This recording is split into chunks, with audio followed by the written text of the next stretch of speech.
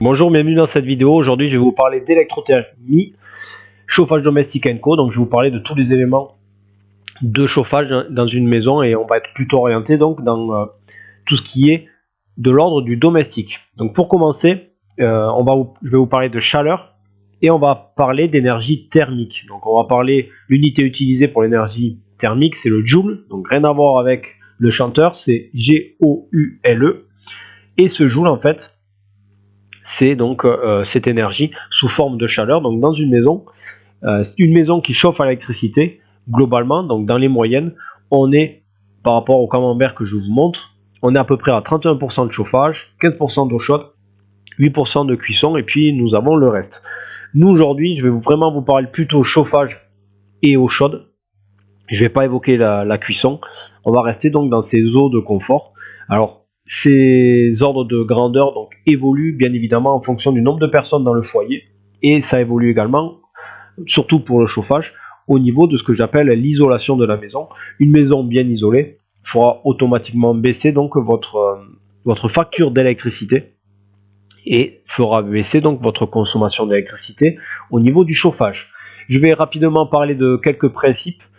Les frottements. Donc si vous prenez vos mains et que vous les frottez les unes l'une avec l'autre, vous créez en fait de l'énergie thermique. C'est-à-dire que vous transformez votre énergie mécanique, donc du frottement de vos mains, vous transformez cela en une chaleur. Donc la chaleur, l'énergie utilisée c'est le degré Celsius, mais l'énergie utilisée donc pour cette source de chaleur, c'est la mesure, c'est le joule. Donc je vous ai mis donc les conversions si vous voulez transformer une calorie en joule ou un water en joule. Il y a également, donc je ne vais pas l'évoquer aujourd'hui, mais les sources de matériaux, surtout dans les appareillages que vous allez utiliser. Si vous utilisez certains matériaux, vous vous rendrez compte que vous avez des matériaux qui vont notamment donc transmettre cette chaleur plus ou moins facilement. Donc là, je donne l'exemple de la plaque métallique exposée au soleil. Il est évident qu'une plaque métallique exposée au soleil va chauffer beaucoup plus vite qu'une plaque en bois. Les sources donc de transmission de chaleur, il en existe 4.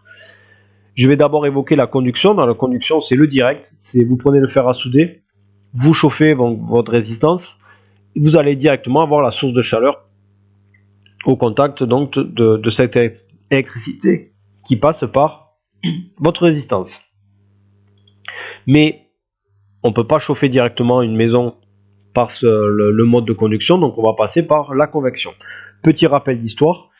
Depuis les chocs pétroliers donc des années 70, 73 et 79, donc la France utilisait des sources de chaleur et n'utilisait pas forcément l'électricité pour se chauffer. On utilisait notamment le pétrole. Et il y a eu donc les krachs boursiers. Vous avez eu le coût du pétrole qui a énormément augmenté.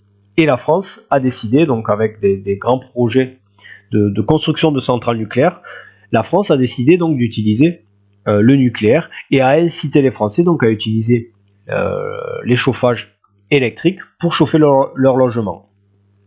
Donc historiquement, c'est pour ça qu'en France, on a énormément de chauffage par électricité.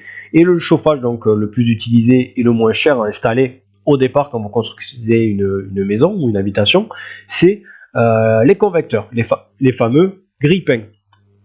Donc ces grille-pains, ils ont l'avantage, donc on chauffe une résistance, cette résistance elle chauffe l'air devient plus léger comme une montgolfière, donc quand l'air chaud est plus léger, vous avez donc cette chaleur qui monte. Donc là, vous avez une circulation de l'air. Cette circulation de l'air fait que vous chauffez votre pièce. C'est le chauffage par convection. Donc les avantages, simple à poser, peu onéreux, rapide de chauffe, mais par contre, pas mal d'inconvénients. Ça dessèche l'air, coût de fonctionnement élevé, le confort il est moyen, et puis en plus, parfois vous pouvez brûler les poussières qui fait donc vous avez une odeur qui n'est pas forcément très agréable. Du coup, vous avez des chauffages qui existent et qui sont les chauffages par rayonnement. Donc là, comme le soleil, la chaleur va se propager en ligne droite. L'avantage, c'est que vous allez avoir donc un système qui sera plus écologique, donc moins cher moins cher en fonctionnement que les convecteurs. Vous avez quand même une bonne rapidité de chauffe, plutôt un bon rendement, chauffage homogène, et vous desséchez pas forcément, vous ne desséchez beaucoup moins l'air. Par contre, l'inconvénient, donc prix d'achat plus élevé, et c'est pas forcément adapté pour les logements avec cloison. Vous avez un autre type de radiateurs, ce sont les radiateurs à accumulation.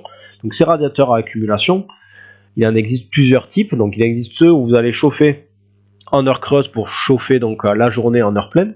J'évoquerai tout à l'heure ces notions d'heure creuse, heure pleine. Mais vous avez aussi des radiateurs tout simplement qui ont des matériaux qui vont emmagasiner l'énergie donc, et qui vont la restituer de manière avec l'inertie donc de cette chaleur emmagasinée.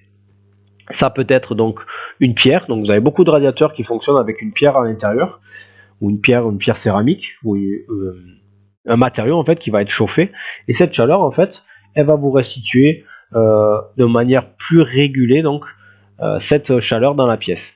Vous avez également avec des fluides, c'est-à-dire des fluides colporteurs. Vous chauffez un fluide, ce fluide en fait il emmagasine la chaleur et il le restitue de manière comme la pierre régulière.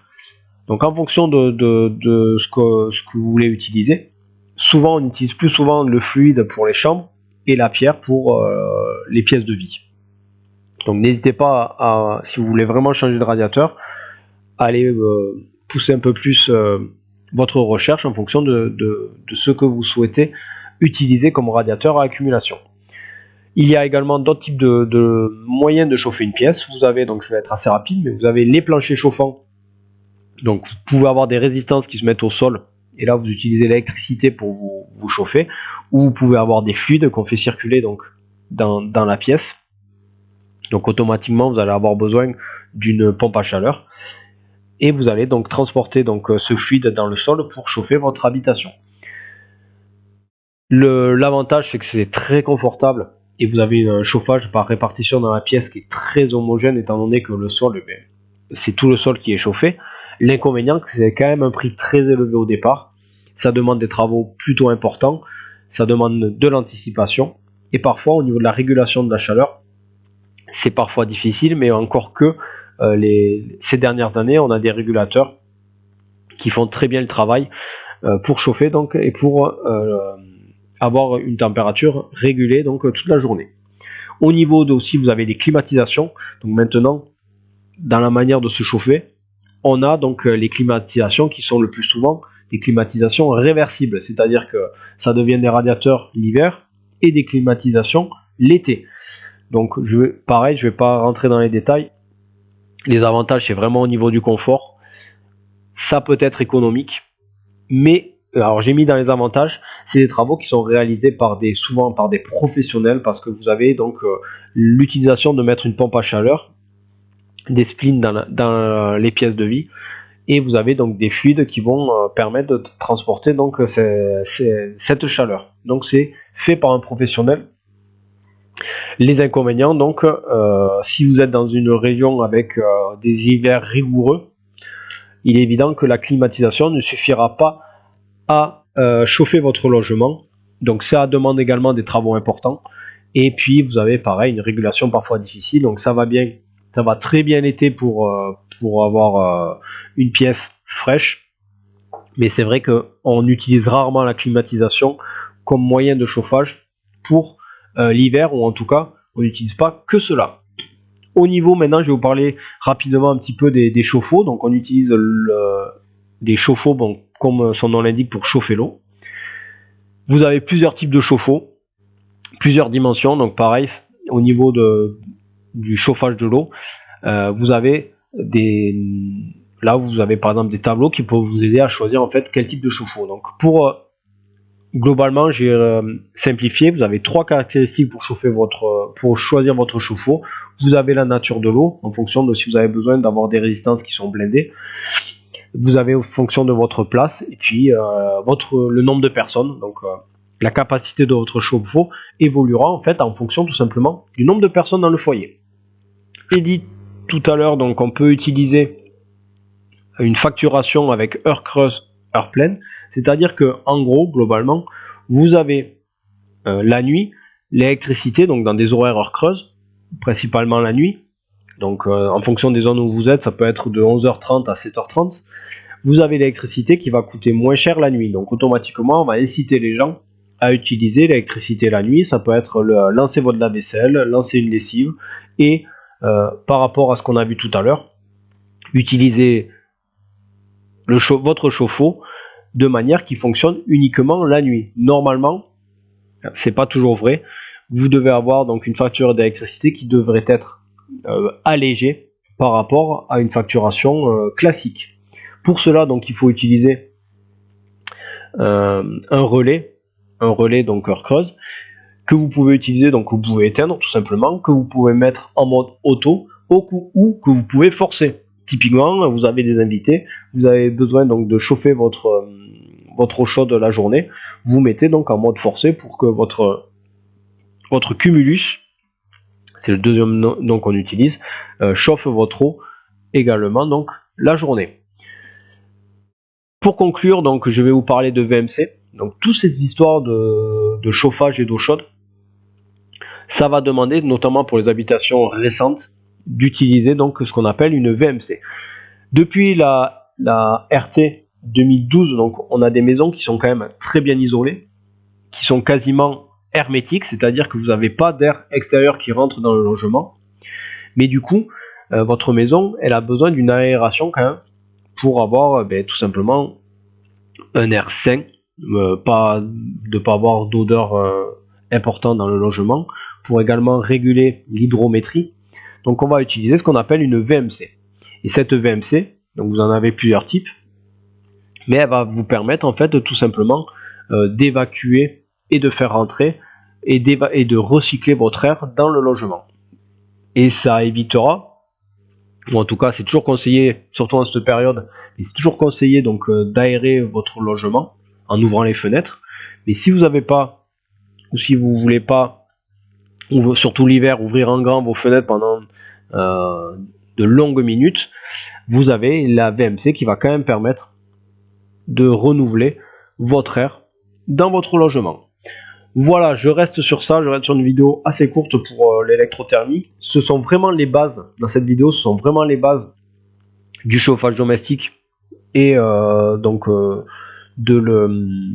du chauffe-eau, des heures creuses et de la VMC. N'hésitez pas donc à aller fouiller un peu plus loin si vous avez besoin de questions sur internet. Vous avez énormément de réponses en fonction notamment des types de radiateurs et des types de chauffage. Toujours pareil, vous pourrez retrouver différents liens donc dans ma vidéo. Le cours à compléter, vous l'avez également donc en lien dans cette vidéo. Je laisse également le diaporama à votre disposition pour mes collègues s'ils veulent l'utiliser pour une base de travail. Je vous dis à bientôt et puis j'espère